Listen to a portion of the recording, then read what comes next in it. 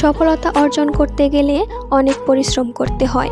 এর কোনো শর্টকাট রাস্তা নেই। তাই শুধু মেধাবী হলেই হবে না, পরিশ্রম করে যেতে হবে এবং তোমাকে জঘন্য রকমের পরিশ্রমী হতে হবে। তুমি কি জানো তুমি এই পৃথিবীতে কেন এসেছো?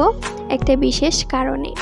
হয়তো কখনো মনে হতে পারে জীবনটা অনেক কঠিন, অনেক বাধা বিপত্তিতে ভরা, কিন্তু মনে রেখো সবচেয়ে বড় জিত আসে সবচেয়ে বড় লড়াই থেকে।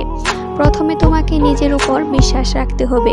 তোমার ভেতরের সাহস, তোমার ভেতরের ইচ্ছে, এটাই তোমার আসল শক্তি। তুমি হয়তো আজ যেখানে আছো সেটা তোমার শেষ জায়গা নয়। জীবনে এমন অনেক সময় আসবে যখন সবকিছু থেমে গেছে মনে হবে, কোনো দিশা খুঁজে পাবে না।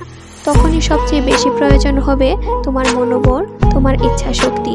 হয়তো অনেকেই তোমার স্বপ্নকে ছোট করে দেখবে, অনেকেই তোমাকে বলবে যে এটা তোর দ্বারা হবে না। কিন্তু মনে রেখো, যারা তোমার স্বপ্নকে অবহেলা করে তারা তোমার পথ দেখানোর যোগ্য না। তোমার যাত্রাটা একান্ত তোমার নিজের। তারা জানে না যে তুমি কতটা পরিশ্রমী, তুমি কতটা প্রতিজ্ঞাবদ্ধ, কতটা শক্তিশালী।